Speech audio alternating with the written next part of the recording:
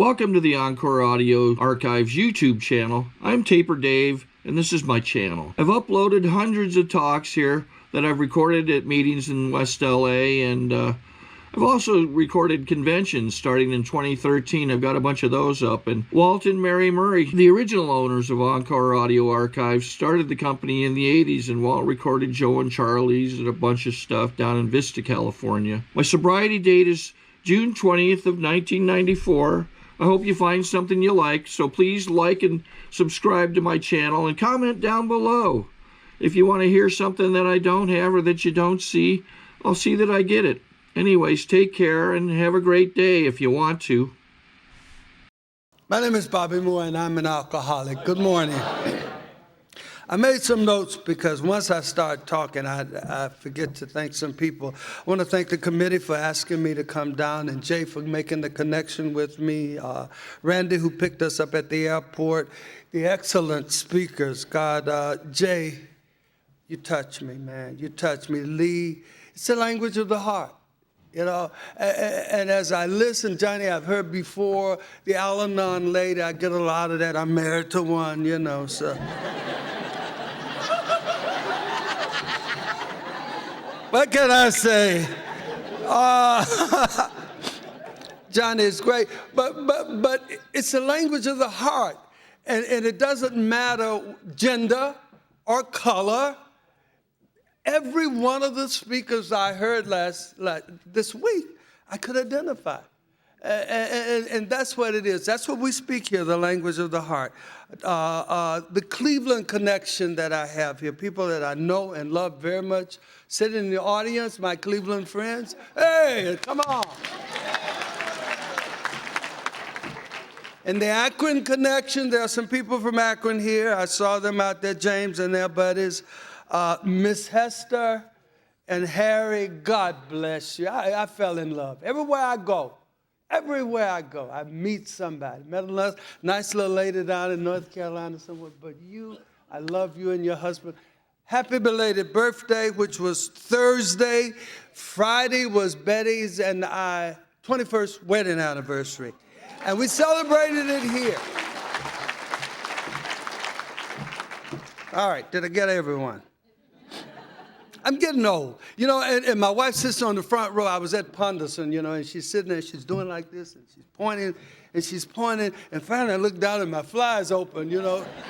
So I sit up here right before I got up, I zipped up, you know.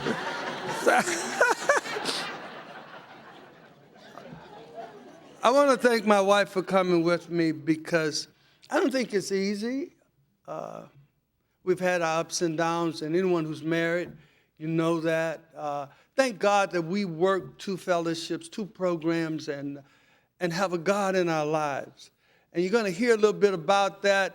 But before that, and that's what we're going to deal with this morning, the good, the bad, and the ugly. Because I come out, I don't dress it up.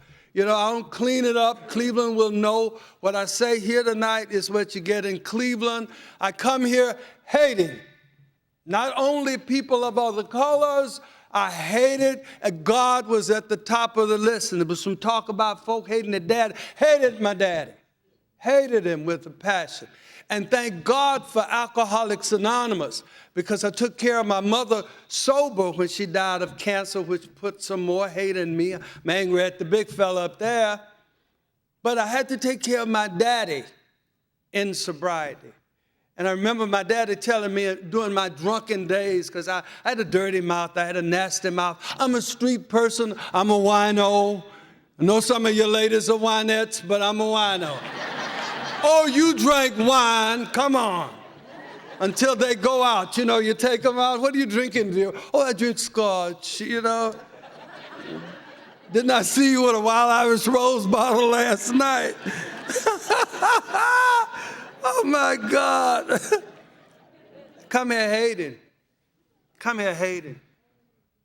And I remember walking into one of the bigger groups over there in Cleveland, Don Cassini. He's older than God, you know, and Don is one of the older members there at the archives there in Akron, Ohio. And I stumbled in that meeting because I would always go where my sponsor was. And I went to that meeting. A bunch of old codgers were there, but they had a lot of old timers at the meeting. And I remember I'm sitting there with Salvation Army clothes on, and I just gotten sprayed for bugs at the city mission. Now, you really want to think you grand and arrive. You get sprayed for bugs, that put everything in its proper perspective. Really does, you know. Anytime I talk and tell my story, there's no way I can get grandiose. You know, I've grown up in Alcoholics Anonymous. I've been back to school, yes.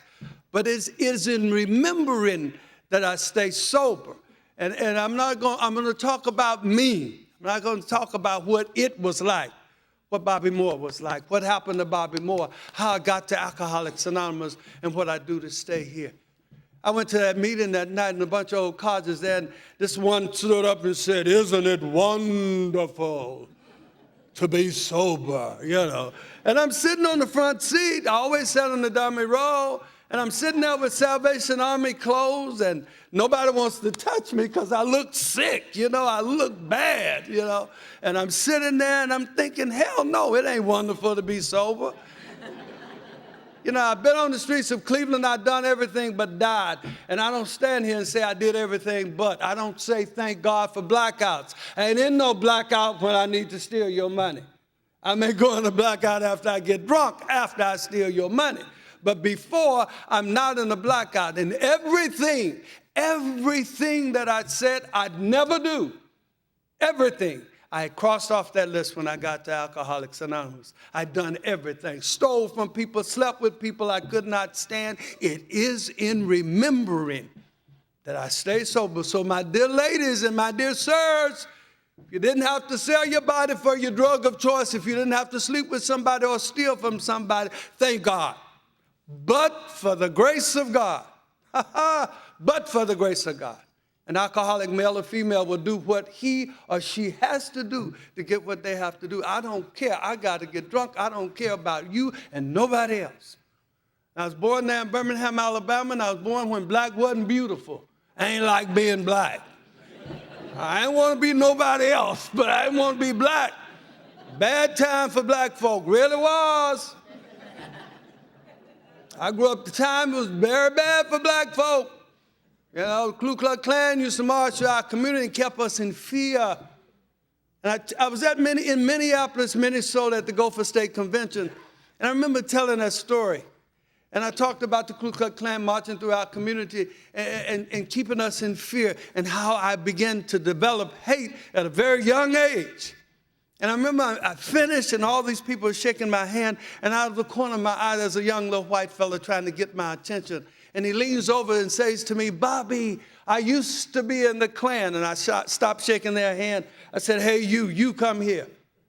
And I went over in Minneapolis, Minnesota, and embraced a little white fellow who said he was a former member of the Ku Klux Klan. We make a difference in Alcoholics Anonymous. We make a difference. I don't hate no more.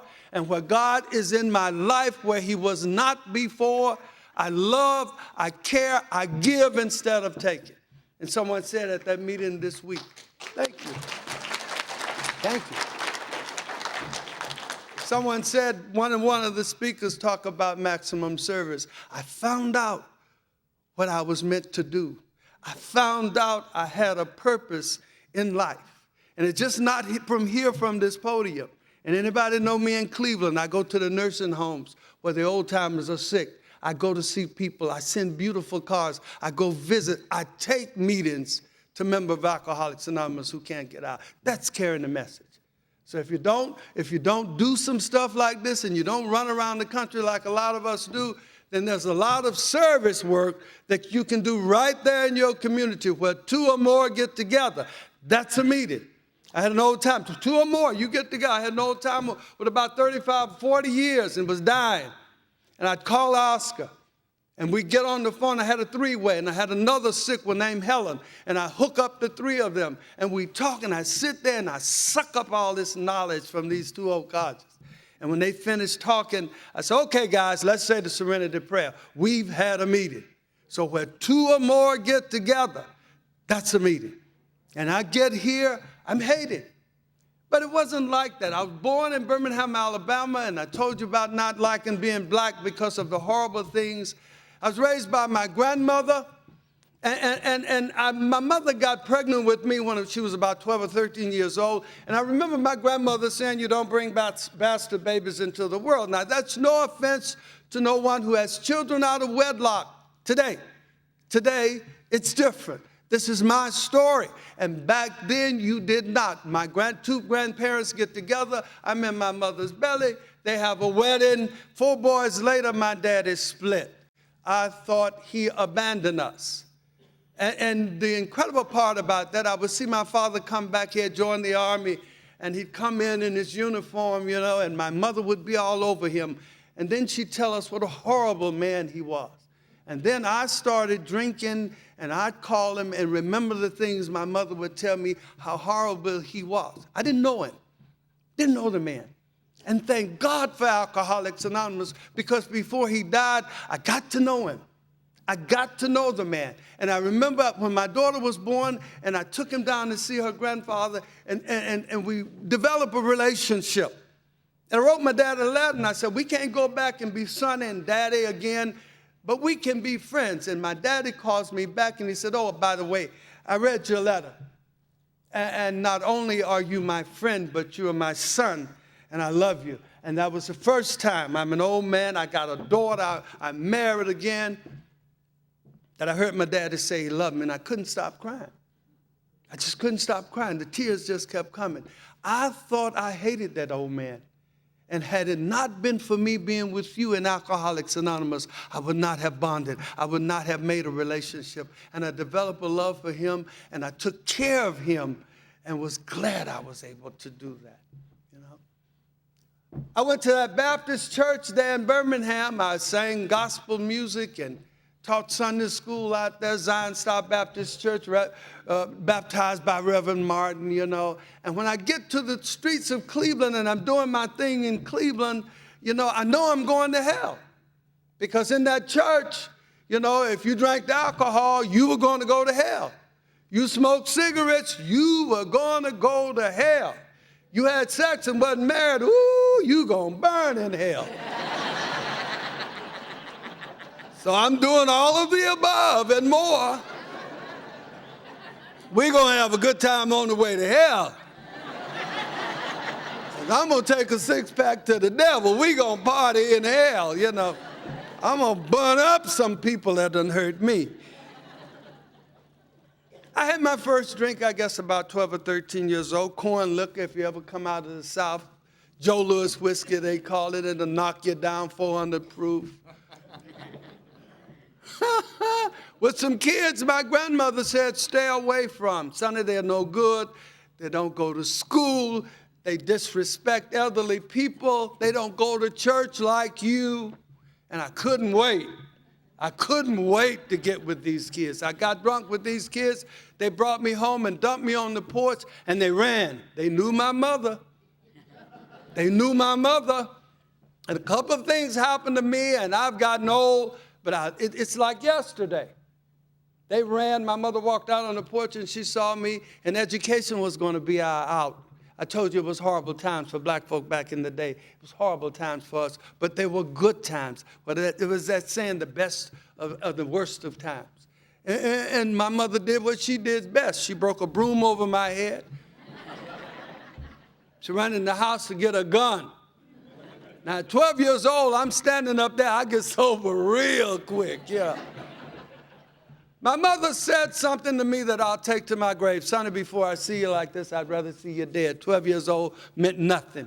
30, 35, and I'm walking the streets of Cleveland doing anything. Now, you can let your mind run rapid. You want me to steal for you? Give me a drink.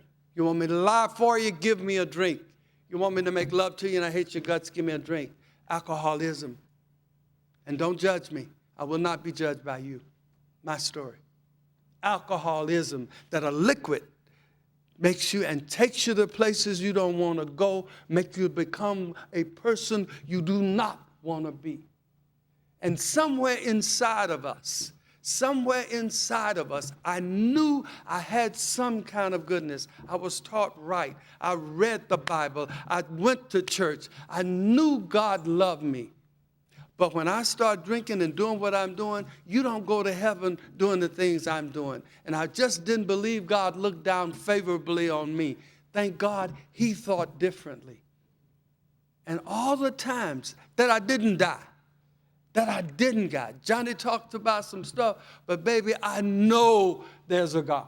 I know nobody can tell me it isn't. And even when I wasn't talking to God and I'm angry and I'm not atheist, I'm not agnostic, I know he's up there, but he's not looking favorably on me.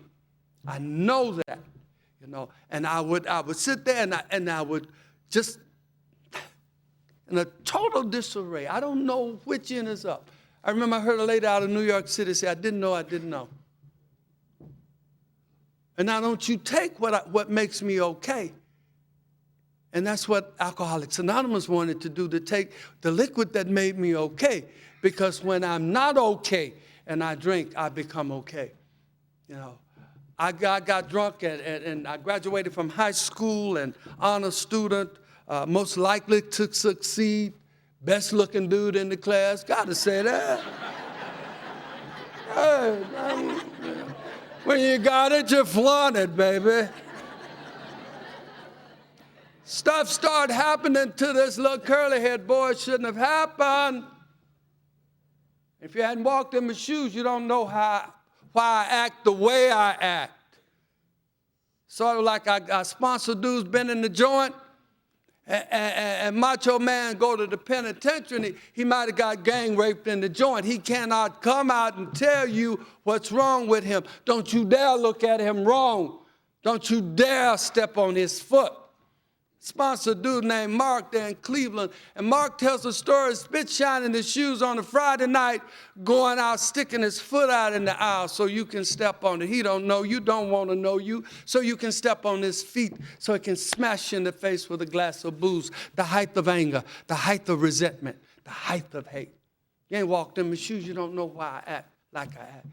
And stuff started happening to this little curly-haired boy. Shouldn't have happened by the hands of some people. Went to school with my mom. My mom died not knowing they did what they did to me.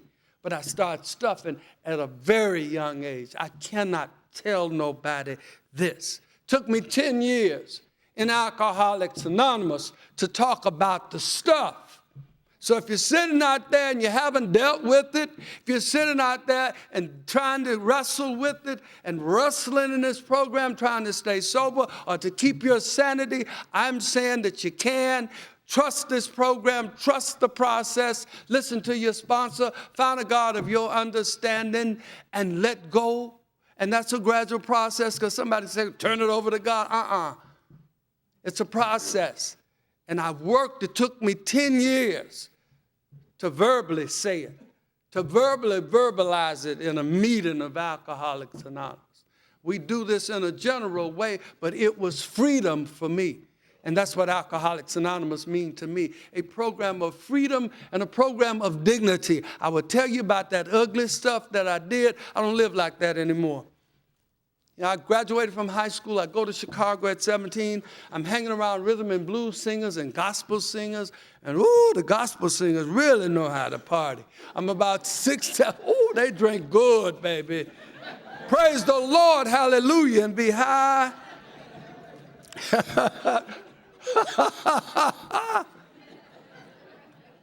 I sang gospel with my pastor's daughters. I had to sing gospel with my pastor's daughters.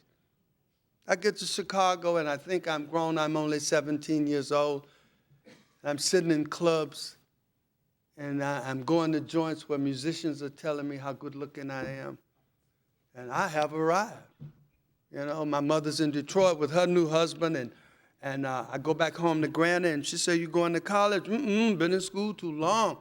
I felt the urge. I want to party some more, baby. And my grandmother said, well, you get a job. And I got a job. And if there were a time I drank successfully, was during that period of time. Now, for a budding alcoholic and an alcoholic in the making, you just can't stay right there on mellow, where you say the right thing, you make the right moves, you dress the right way. I'd always have one too many. And when I have one too many, I'd act ugly, as my grandmother would term it. And I'd start cussing and acting out and calling people out of their names and talking about their mom and their dad and their old grandmama. I talk about everybody I didn't know. I talk about, and I get ugly. And every time I'd act ugly, it would get back to my grandmother, because everybody in the community were raising you. There's an African proverb that says it takes a village to raise a child. We were raised by the community. People could get in your business. Teachers spank your butt. People in the community could do that. You can't do that today. You can't do that today, but I'm so grateful for my Southern upbringing. I get a letter from Uncle Sam, and I'm ready to get the hell out of Dodge. I do my basic in Fort Chaffee, Arkansas, and I ended up in Augsburg, Germany, customs strange booze. And the first thing I say when I get off the ship, now I can drink like I want to. Them nosy neighbors can't dip in my business. I had no business. My business was about getting high. I'm young, I bounce back, I get drunk when I'm working. I'd go from the party to work, leave work, go back to the party. I bounce back. Water seeks its own level, and I meet people just like me from all over the United States in the Army. Now, I had met Dr. Martin Luther King when I was singing in the choir, and my pastor was a part of the movement. The movement was prior to Dr. King becoming prominent. Every Monday night, we met in a different church because the police would bomb the church or set it on fire or shoot at us. And I had met Dr. Martin Luther King way back when I was singing in my church choir. I get to Europe and I get to Germany, and there he is in the European paper on the front page, being beat up and thrown in jail. Now, there's nothing worse than a drunk with a cause.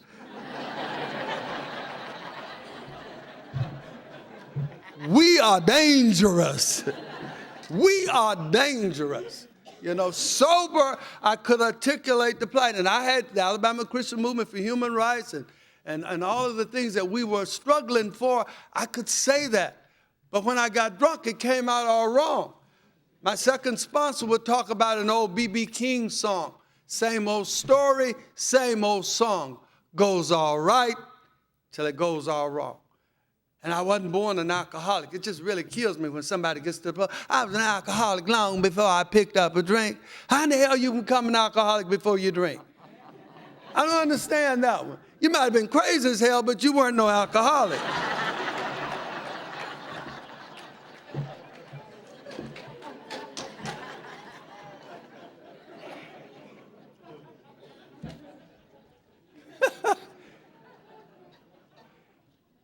I didn't tell you, my sobriety date is July 26, 1978. I've been sober this past July 30 years.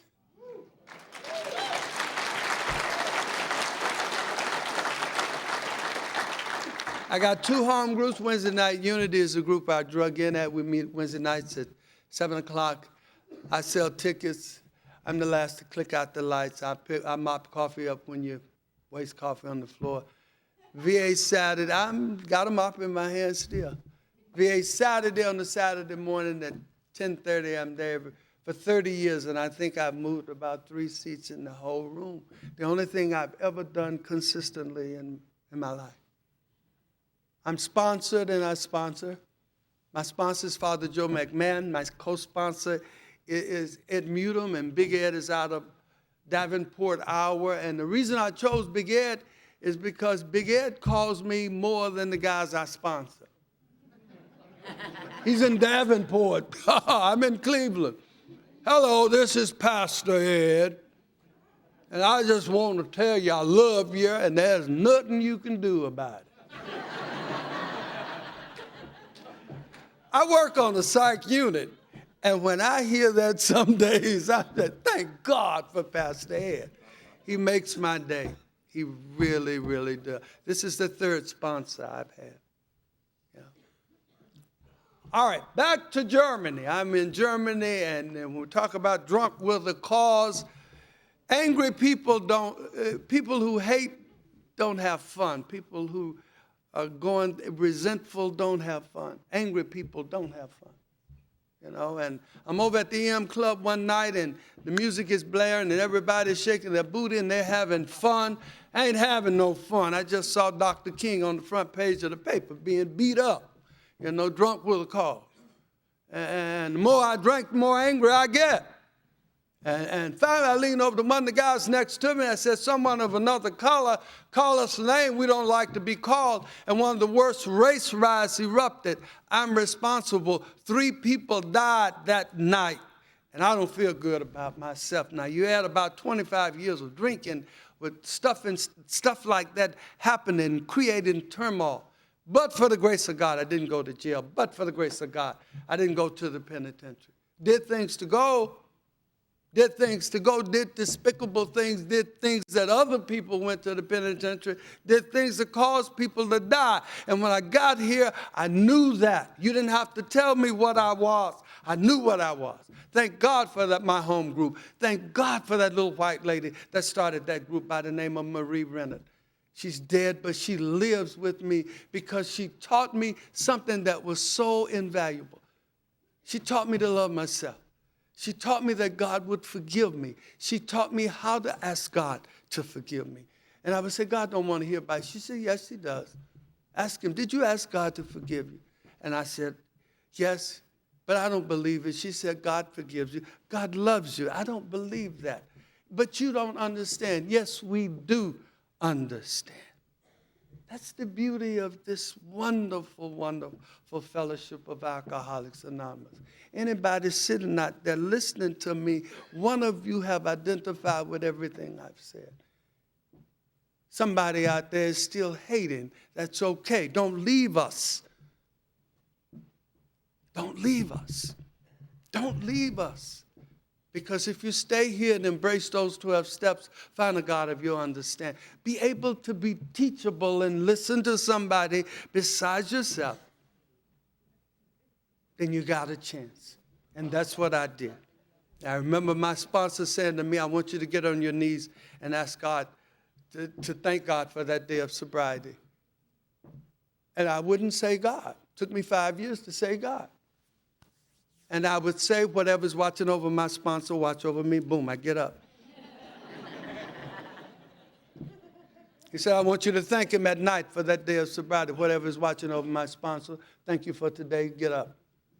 And I remember in my 5th year when I said God. It was one of the best Christmases I'd had since I left Alabama. I have a gospel singing friend of mine by the name of Jean, and I called Jean, and I said, Jean, God did this, God did that. She said, no more higher power, no more higher power. Emphatically God. Now, you have to find that individually for yourself. Sponsors can't give you that. And it's a personal and very private relationship. Ain't none of your business, my relationship with God. You reap the benefit of that relationship by the way I treat you. By the way I treat you. And sometimes I see some of them around Cleveland, you know, they aren't very kind to people in the rooms. They're not earth people. And I was saying for them to don't block your blessings.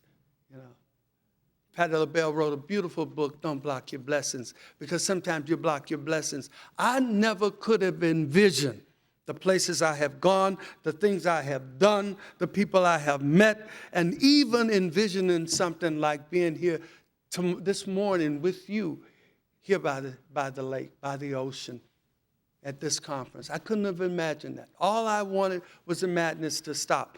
All I wanted was to put the plug on the jug. And had I written the script, I would not have put this conference on that list. And it has been so many more things that have been on that list that I would not have dreamed that I would have done. I've been the best Bobby Moore that I can be, and I owe that to this fellowship. I can't live up to your expectations. I don't even try. I trust in God. I believe in God. I live the way that I believe God wants me to live. I treat people like I believe God treats us. And I treat you sometimes even when you're unkind to me.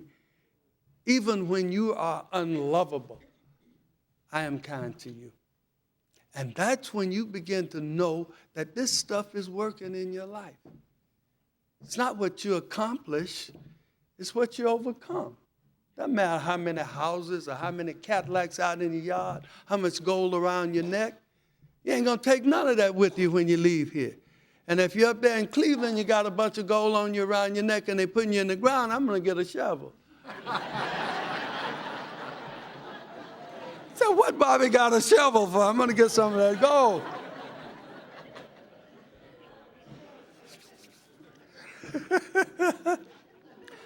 Broke every law of God's and man's in the army. Should have went to jail in the army. Booze was ration, cigarettes was ration. I typed out the requisition for the booze and cigarettes, sold it to the Germans. I shipped the money home to Granny. I got money, I got bonds waiting on me in Birmingham, Alabama, and broke every law there. I get an honorable discharge, but for the grace of God. But for the grace of God. Stop off in New York, I got money, and I got money waiting on me. I party in New York, I get back to Birmingham, Alabama. I moved back in the room I went to high school out of. I pay no rent, I buy no food, and I'm drunk every day. Every decision I make is drug affected. You know, and I got a bunch of renter friends around me. You know, I pay the cost to be the boss. You don't act the way I want you to act. You don't say the things I want you to say because I want you to look up to me. You know, it's just that me trying to be somebody that a little bit of decency, even if I gotta buy it, even if I have to buy it, you know. And around this madness of me running back to the bank, taking out money and busting bonds, we got a letter from my mother's minister, and the gist of the letter, my mother was dying. A real pretty mother.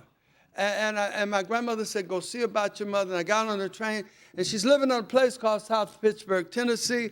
And I get to my mother's bedroom, and she ain't pretty no more. She's skin and bone, and she's dying of cancer. And I feel helpless, I feel hopeless, but I know how to spell relief.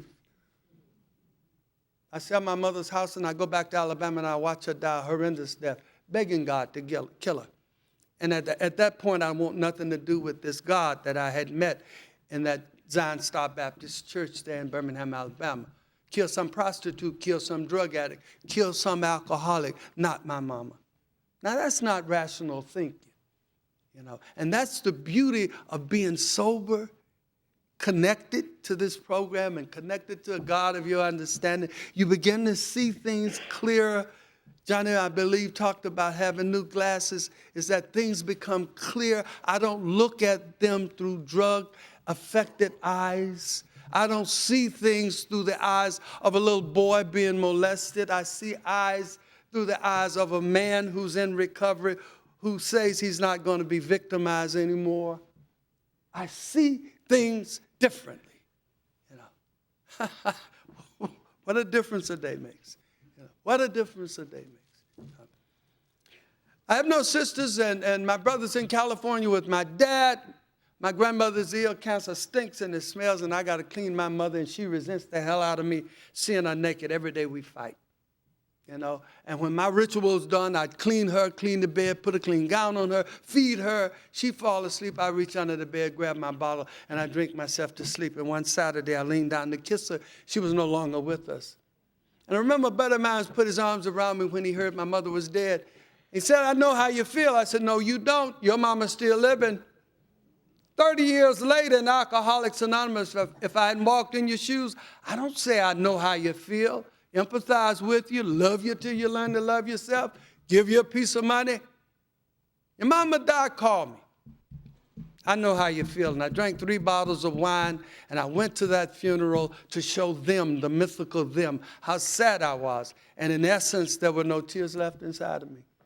The difference in me being in sobriety, going to my daddy's funeral with dignity, my wife, my daughter, my stepdaughter, my grandkids showed up, suited up, went to that funeral. I didn't drop a tear because I had done all I could do for the old man. I had no tears there. my mother, I screamed out. And I was so angry, and I hated. I'm just so mad at God.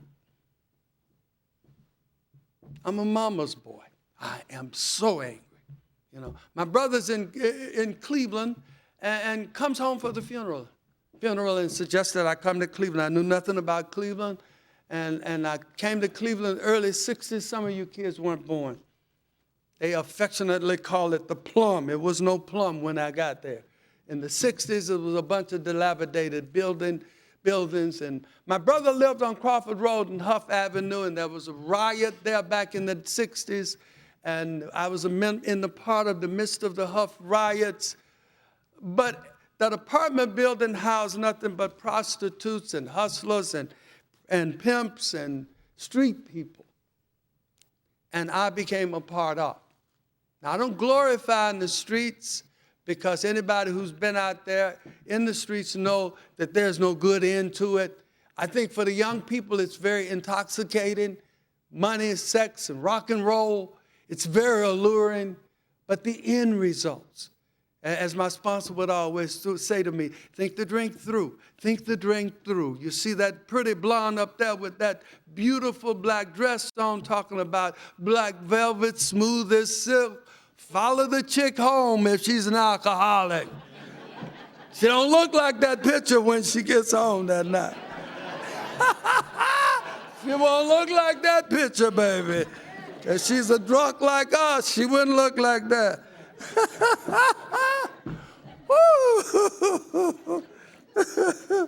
Oh, God.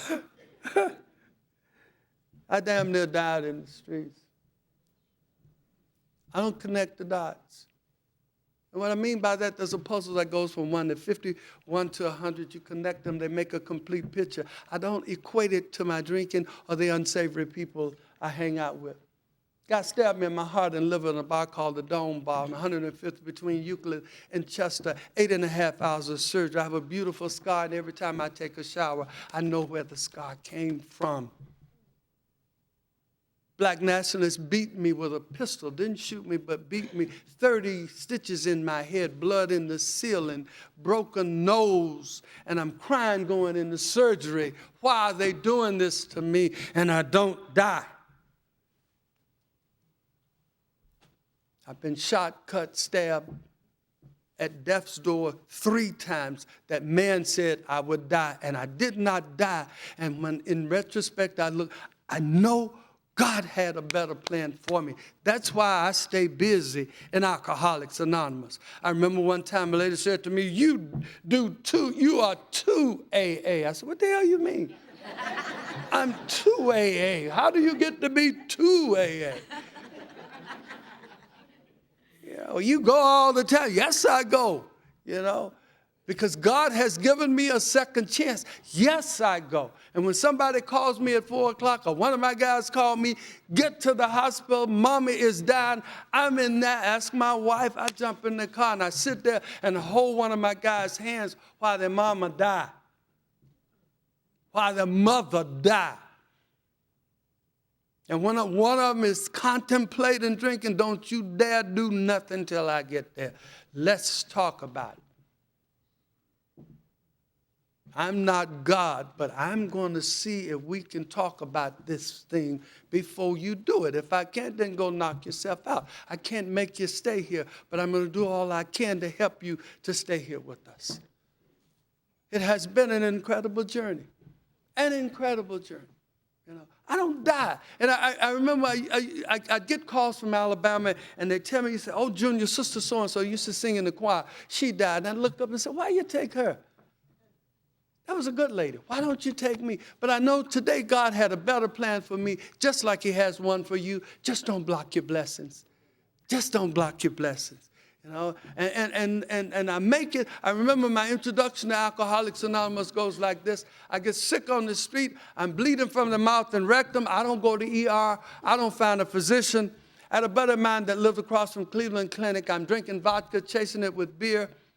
And as I go back to the John for the 30th or 40th time, by the commercial on Channel 43, do you have a drinking problem? Did I? What makes me call that number? I know nothing about Bill, Bob, AA, 12-step, big book, nothing. And I called that number with no intentions of staying sober. Dick Perez was our district office secretary and sent out my first sponsor. This short, bow-legged guy by the name of Herman Wade, alias Hooks. And I thank God I got sober when I got sober, and God sent me the man he sent me, because I don't hear all the rhetoric I hear around Alcoholics Anonymous today. One drunk, not all this philosophical stuff, not all this other stuff, what's the most important, blah, blah, blah, blah. One drunk, like Bill Wilson did for Dr. Bob Smith. One drunk leaning down, reaching up, pulling me up. Picked me up, took me to Brecksville VA Hospital, handed me my first big book, and he says to me, there's a solution to our dilemma. I didn't know that. I thought I was going to die drunk.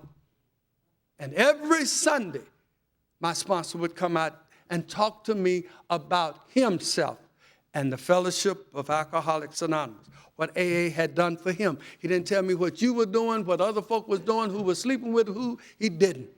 All he talked about was the Fellowship of Alcoholics Anonymous.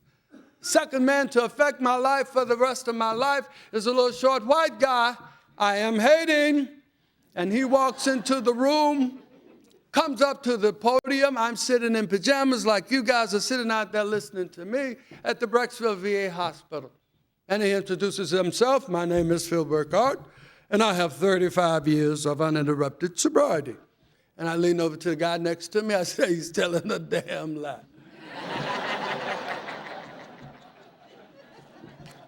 Couldn't imagine nobody staying sober for 35 years. I couldn't stay sober for 35 minutes. But as I've also done in Alcoholics Anonymous, and it's an acquired quality, you listen to learn how to listen. I heard what that little giant said, got drunk, but I heard what he said. He asked us, what's the most important thing to us, and allowed us to respond. And the guys would say, wife, car, house, job, money, sex, and went down this list of things that were important to us. And when we were done, this is what that little giant said. And if there's anyone here new with us and struggling with whether you're going to stay here or not, if you let sobriety play preference in your life, if you put sobriety above the wife, the car, the house, the job, the money, the sex, because without it, you will lose all of those things that are near and dear to you. I knew that. I got out of the Army. Cat said, come to New York, Bobby, let me do this for you. I'll call you. And I got a glass of booze in my hand. Come out to L.A., Bobby, let me do this for you. I'll call you. And I got a glass of booze in my hand. Never went back to college until I got sober. Never held a job down till I got sober. Never got married till I got sober. Never became responsible till I got sober. Everything I am, everything I've done, everything I've accomplished, I owe it to God in this wonderful Fellowship of Alcoholics Anonymous. An incredible journey. An incredible ride for me, for this little drunk. I like to say I stayed sober, but I didn't. I got slick in treatment. We were supposed to be taking antabuse that prevents you from drinking. And I'd get a pint of vodka, put some orange juice in it, put the vodka in my locker. I'd drink me some, go play some cards, and then I'd come to your meeting. And then I'm drinking, and when I drink, I get very proper, you know. So I'd come in your meetings full of booze, and I'm supposed to be in treatment, and they say, new man. I said, yes, right over here, you know. And I'd stand up, you know, I'm very proper then. I just want to thank you wonderful people for what you're doing. I just think it's wonderful, you know. And one night I overshot my mark again. The nurse couldn't wake me up. So they kicked me out of the program, and I'm back on the streets of Cleveland. I went back to college, and it wasn't to get a job. My GI Bill was about to run out. I got good money to go to school. And I had gone to school, and, you know, I get grandiose again. And I had a beautiful attaché case with my initials on it. And I played tennis, you know. Beautiful bag that housed my toiletry and my racket. And I remember one day, Kat said to me, he said, man, I can't wait till lunchtime so we can go out and have a drink. I said, say no more. Shall we go in the bathroom? Now I go in the bathroom and I open up my attaché case and it's full of wine. The guy said, you have no books, full of wine. So that was my story, full of wine.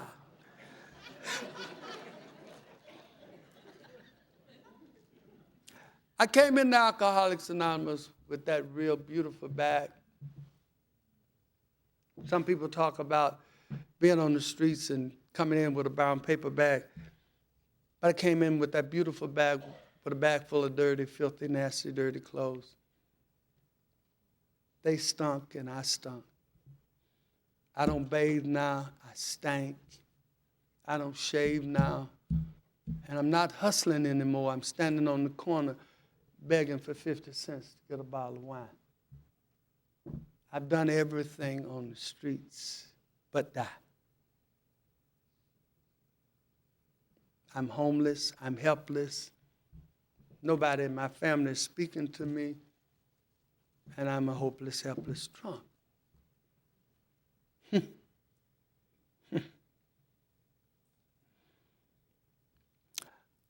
I remember being in an apartment building on Chester Avenue for about 2 weeks, and I couldn't get sober and I couldn't get drunk. I just was like suspended in midair. I itched, I saw things, and it's like I'm suspended in midair. And I finally tell one of the guys in there, I said, man, I got to get out of here. I feel like I'm losing my mind, but I'm homeless. And he said, I know where we can go. And we went down to the City Mission downtown by the Justice Center. They make you sing for your supper. Now, that's an incredible sight to see a bunch of winos trying to sing hymns. Trying to sing hymns. You think you want to see something funny, and we vibrating, shaking, you know. Trying to get upstairs to get a bed, you know. We go through this ritual and eat these lousy donuts and this lousy food and this lousy coffee. And they take us upstairs and they make us disrobe and they spray us in our clothes for bugs. And that hurt. That hurt. And I lay in that bunk naked. What happened? What went wrong? All I want to do is have a little fun, then I go back to school. All I want to do is have a little fun, and then I settle down. I got old in the streets and didn't realize it. 4 o'clock the next morning, they put us out, and I ended up at the hospital where I've been for the last 23 years, St. Vincent Charity Hospital. One of the oldest treatment centers there is Rosary Hall. Sister Ignatia came up from St. Thomas, where she worked with the good Dr. Bob Smith. And very historical thing there. But I go up on the second floor where Rosary Hall is, and like the television set, a priest comes out of his office. Why didn't he come 10 minutes early or 10 minutes later? It's like God is ordering my steps. You know, and he puts all these pieces together and just guides me to you wonderful people. He orders the steps. The priest comes out of his office, Father Gregory French. I didn't know who he was. I just saw the collar, and I said, Father, help me. I'm an alcoholic. I'd been to your meetings, and I got drunk. I've been in treatment many times, and I got drunk. I would go to detox because I'm homeless, and I got drunk. But that morning, with Father Gregory French, I surrendered. I had a buddy of mine by the name of Vic Zublik, and Vic has been long gone was a wonderful member of Alcoholics Anonymous there in Cleveland, Ohio. And every time I chaired a meeting, I'd get Vic to lead for me. And it wasn't what Vic said, it was what Vic did. This is how you get to Alcoholics Anonymous, and he'd throw up both hands. Surrender. Surrender.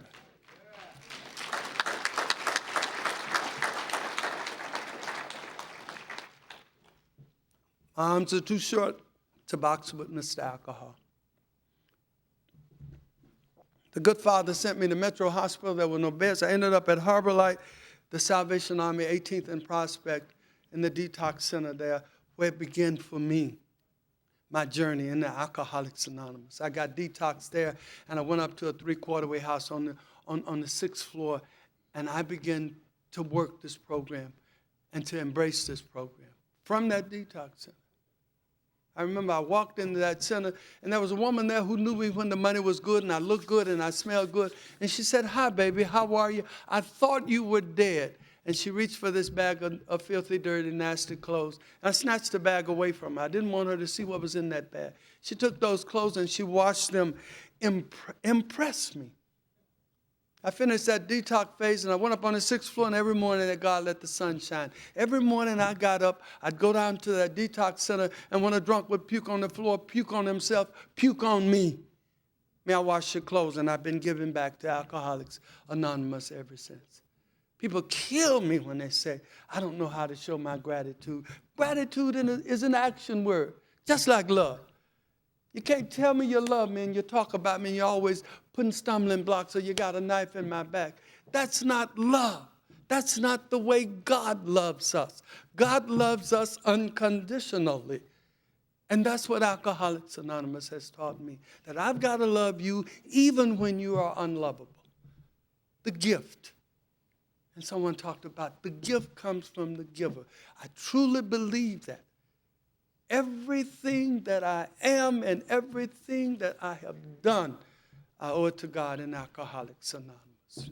I got busy in this program and found out where my sponsor would be. And I ended up going over to a meeting and walking into that meeting, rode 2 buses to find my sponsor. My first sponsor died shortly after I got sober.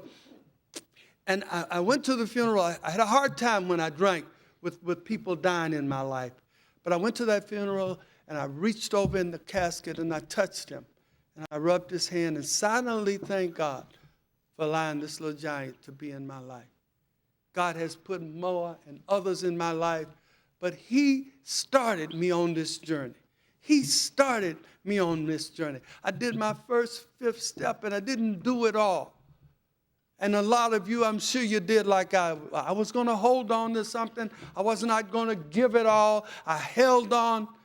And something happened in my 5th year that I had a traumatic thing going on in my life, and I got boxed in, and I needed to talk to somebody. I need to purge. I need to get rid of. And enters my second sponsor. And I met for a week and dumped on him. And finally, when I finished dumping and purging, and I said to him, Rudy, would you be my sponsor? He said, I'd be honored. My second sponsor. My second sponsor believed in everything in life as a celebration. Live each day as if it's going to be your last. My sponsor was not sick, went into our doctor's office, had an aneurysm, and died. He had said if anything was to happen to him, 3 people were to be notified. Barry Brooks, our doctors. He died in Barry's office, giving him mouth-to-mouth resuscitation. Bobby Moore, I'm on the 2nd floor of St. Vincent Charity Hospital. The phone rings. Barry says to me, are you standing? Yes. Sit down. Rudy is with me, and he just died. I dropped the phone. I go over to Father Joe McMahon, who's my current sponsor, and I tell Father Joe that my sponsor just had died. Rudy had said, anything happens to me, call Barry Brooks, Bobby Moore, or Father Joe McMahon. I don't believe things just happen by chance in Alcoholics Anonymous. I was supposed to be here this morning. Lee was supposed to lead that meeting. Jay was supposed to be here. You were supposed to be here. I just don't believe things happen by chance in Alcoholics Anonymous. I got married. Ooh. Well, I got to say something nice. The woman is here with me. Come on. Jesus Christ. I remember I had about 3 months sober, and you people do crazy things to new people because you really don't know what you've gotten into when you hear some of this weird stuff when you're new. And I'm new, and a guy named Amos Lewis, who's a minister now, took me to a meeting way on the west side. And the guy was very angry and very bitter. Whatever you do, don't let your wife go to that damn Al-Anon. I don't hear too well, I married one of them damn Al-Anons, There are days I want to kill this woman, But they are so cute, I'll tell my wife, I said, you shouldn't have done that. She said, I'll make amends later.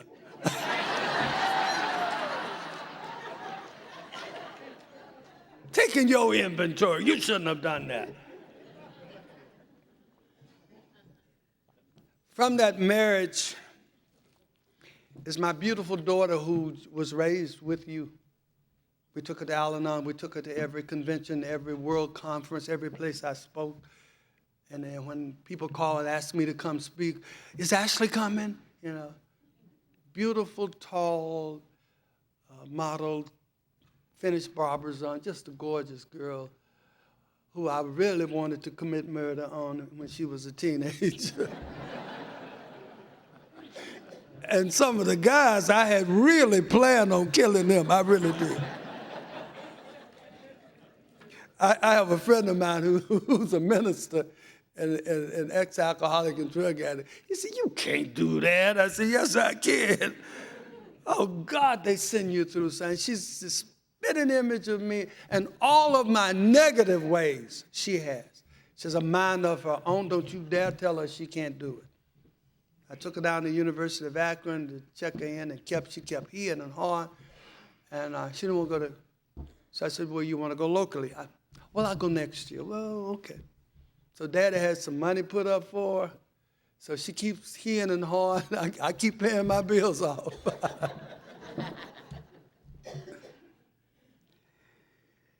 The hardest thing for me in sobriety, I had to put her out. I had to put my baby out. And she disrespected my home, and the guy she was dealing with disrespected my home. Not only did he disrespect my home, he broke into my home and robbed us, and stole all my jewelry and stuff like that, and that's not important. But I felt very violated, my wife and I. And she would not stop, and she would not stop seeing him, and it came down to me saying, you're going to have to go. I said, I can't keep you away from him. I want him to come and pick you up. I hope he has a place for you to stay. And she left. And I'm riding down the freeway, and I can't see for crying. And I get on the phone, and I call my buddy Walter, who's a minister, and someone who just can calm me down. And I hope you got somebody like that in your life. Because Walter said, pull over, Bobby. Wherever you are, pull over, find a place. And he said, let's talk. He said, Ashley is defiant, and God is going to have to spank her. And like the prodigal son, she'll come back home. And she did. And she came back, and she didn't want any house rules, and she wanted to be a grown woman, and she left again. I haven't heard from her in about 3 weeks, and we just pray, and we keep hoping that she is God's child, and we keep praying that God has put his arms around her and keeps holding her. We brought her up right. We gave her, she could say the Serenity Prayer and the Our Father long before she went to school. So the values are in there. I pray to God she doesn't wet it. But if she does, and if she needs us, she's aware where we are. She knows her mommy and her daddy are in Alcoholics Anonymous and Al-Anon. We just had back-to-back stuff one time. And you don't drink. You can't drink. You know, my wife had a lumpectomy, and we go through chemo and all of that. And then my daddy died. And, you know, it's back to back, back to back. And all you do is you get on your knees and you ask God to help you through it. And I firmly believe that if God brings you to it, he'll take you through it. I just believe that. If he brings you to it, he's going to bring you through it. Been an incredible journey in spite of the bad times. And I want to thank Alcoholics Anonymous for giving me my dignity back. I want to thank AA for giving me my joy back. I want to thank Alcoholics Anonymous for teaching me how to love unconditionally. Those two men made an incredible impact upon my life in regards to me developing as a man, as a father, as a good brother, as a good friend. And they taught me so much. My first sponsor would talk about MAP, meetings, activity, and prayer. Action is the name of the game, Bobby Moore. Get in the middle of the bed. And when you get to ripping and running and going and doing, to remember, halt. An alcoholic is not to get too hungry, too angry, too lonely, or too tired. I told you about Rudy, an incredible man in my life. My current sponsor has dementia, and I go out every other Sunday maybe to see him when I'm in town. doesn't know anything from the past, doesn't know anybody, but he knows me. And he'll look at me and he said, don't you stop coming to see me. So I got to go take him to see Mama Mia.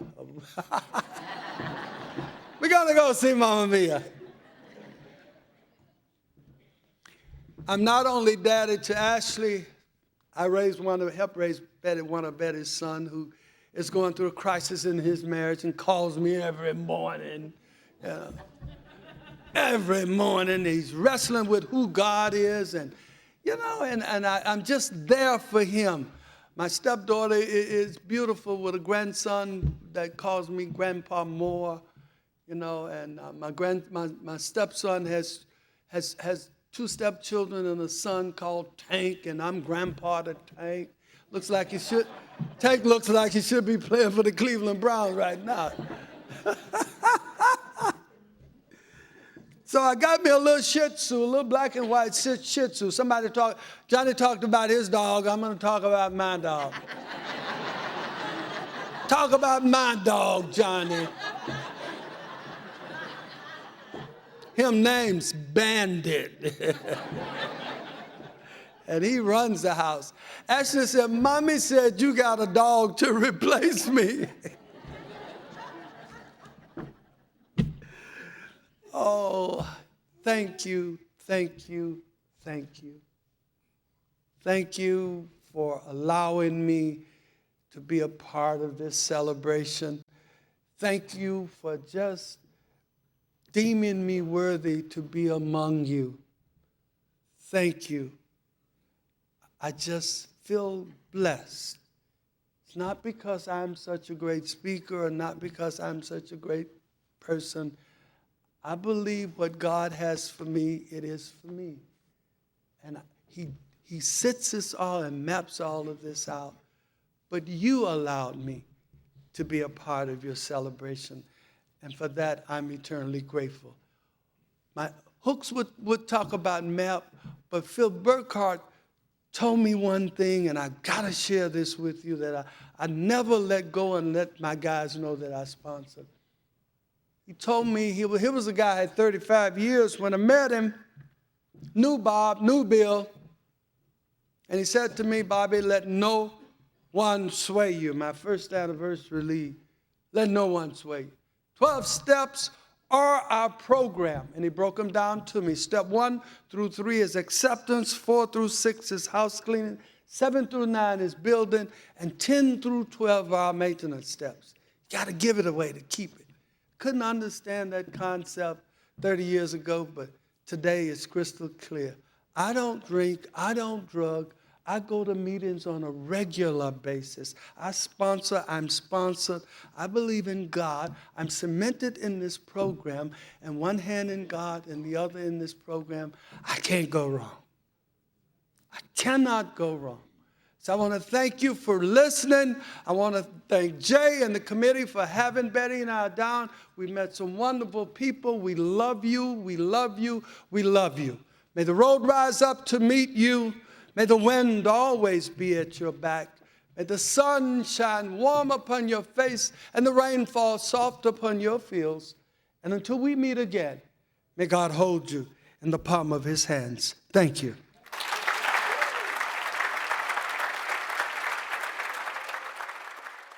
I think we got a great talk going on here. Thanks for watching the channel. Taper Dave here. Just curious, do you think this is better than Zoom?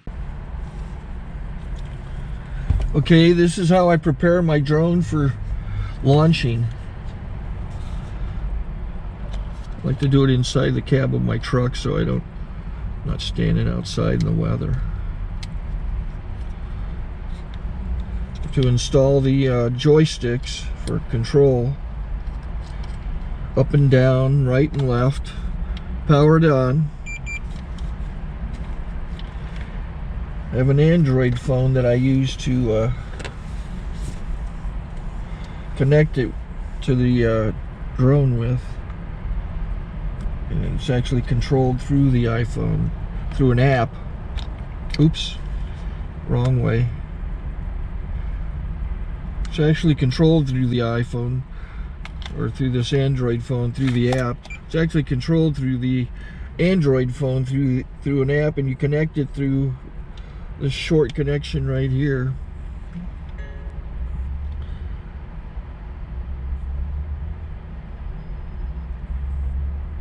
Remote control connected. Remote control's connected. So I pull out the drone. I have to extend the legs. Long legs extended first, then the short legs. Remove the gimbal protector. Set that aside, then power it on one short burst, then one long burst. I lay it down. So I have to go to calibrate. So the drone's not connected yet. It shows you here as this drone gets disconnected, even though the remote's powered on. So the drone has to establish it's connected. So I go into the app to calibration mode. First I'll calibrate the remote controller. Start calibration. Out, in, out, in, up, down, and then this little wheel is to control the gimbal. So it's calibrated. Go to gimbal calibration, start calibration, and then it calibrates the gimbal. I don't know if that shows up. The gimbal's moving all over the place. Changes, you can see it on the video. And I'm calibrated to take off. It's acquired 7 satellites at the moment. There are 26 satellites up in the sky, which it has to acquire before you can take off. So it's connected. It's got enough satellites. This is white. I can go to press this little arrow button, swipe right to take off, and it would start the motors if I slid this to the right, but I'll wait till I get outside. Don't want to do it inside.